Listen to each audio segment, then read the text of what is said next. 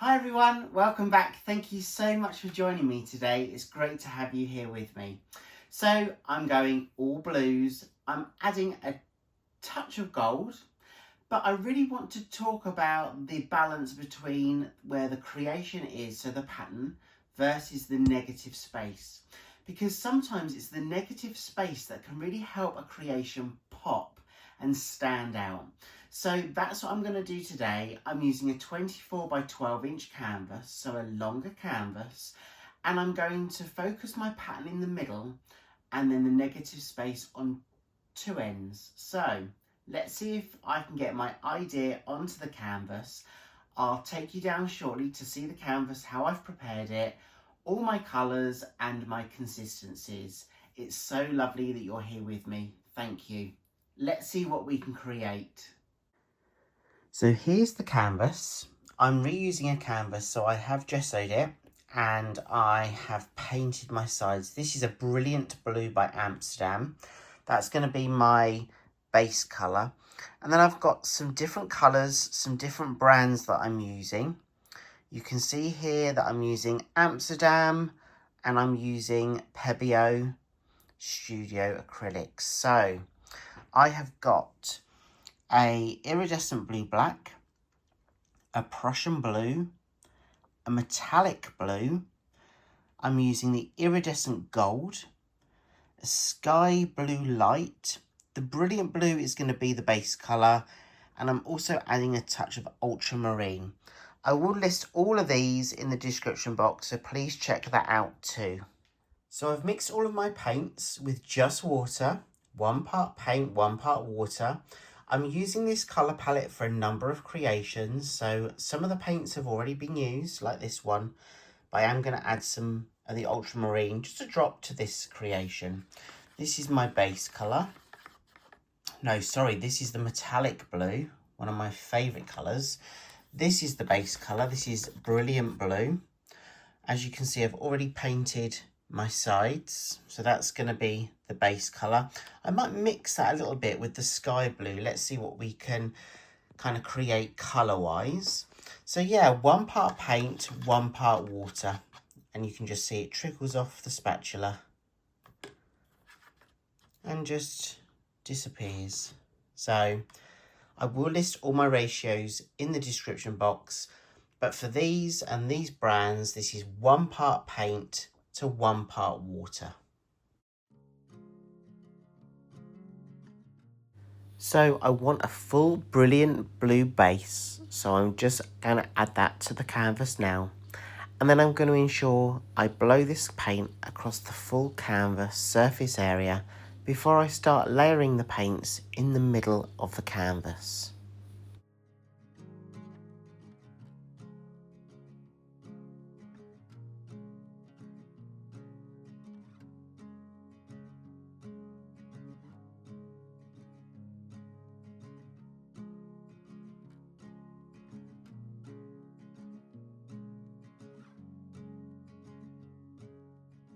I'm just going to tidy up my edges, so just with my finger I'm just smoothing out those drips that have gone down those edges so I have a clean edge. I'm also using my torch, that's to pop any air bubbles. So I'm now going to take one colour at a time and I'm going to puddle it in the middle of this canvas. I'm going to do a couple of puddles and then I'm going to take my blow dryer and blow the paint out across the canvas. But as I said right at the beginning, this is also about celebrating the negative space. I don't want the pattern to take up all of the canvas. I almost want it just to take up maybe 2/3 of that canvas surface area, because I really do feel that negative space can really help a pattern really stand out and pop. And sometimes it's about that negative space that really helps that pattern kind of pop from that surface.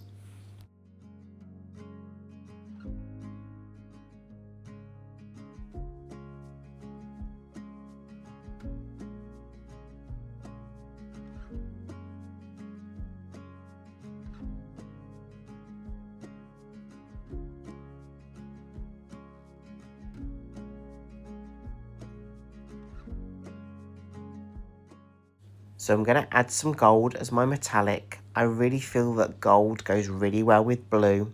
I have done silver in the past, but I really do want that contrast with those blue tones and that gold.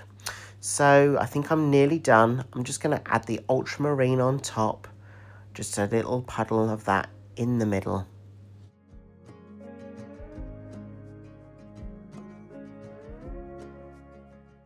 I'm just going to pop any more of those air bubbles before I then use my blow dryer to blow this paint out. And I'm going to just blow it out in different directions. Remember, it's on a cool setting and the lowest blow speed.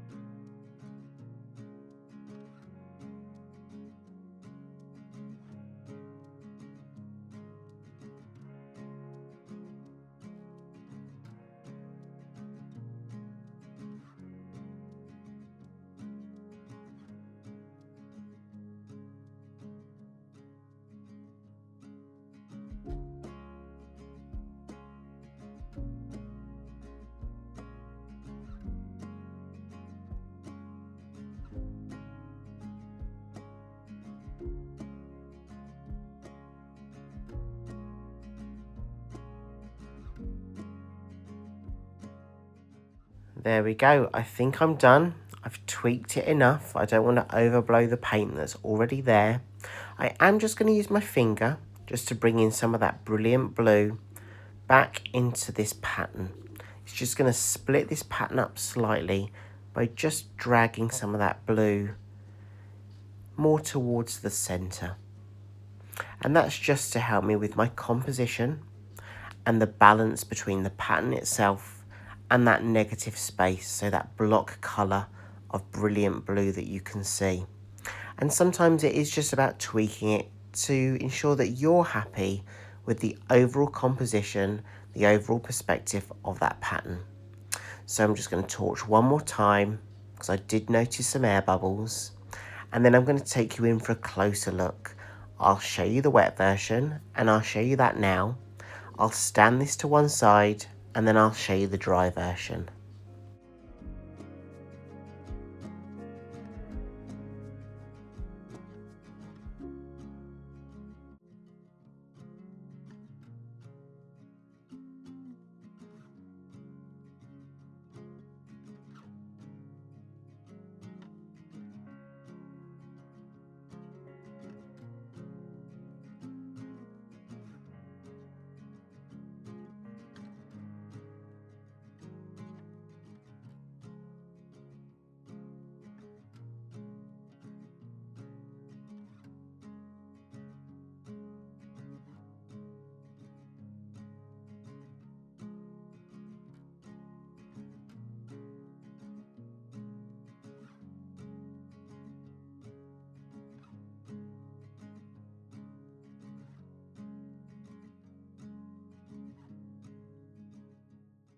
And here's the dry version. I'm really pleased with how it's all dried.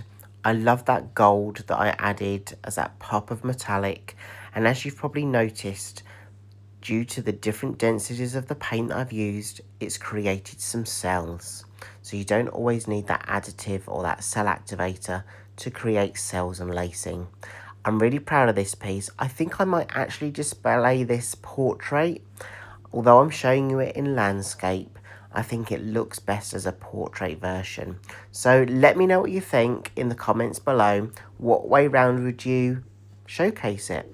Thank you so much for joining me today. I really appreciate you being here with me, and I really hope whatever you're working on creatively, you're having fun. Have a great week ahead, and I really hope I get to see you again in the next video. See you soon, everyone, and take care. Bye.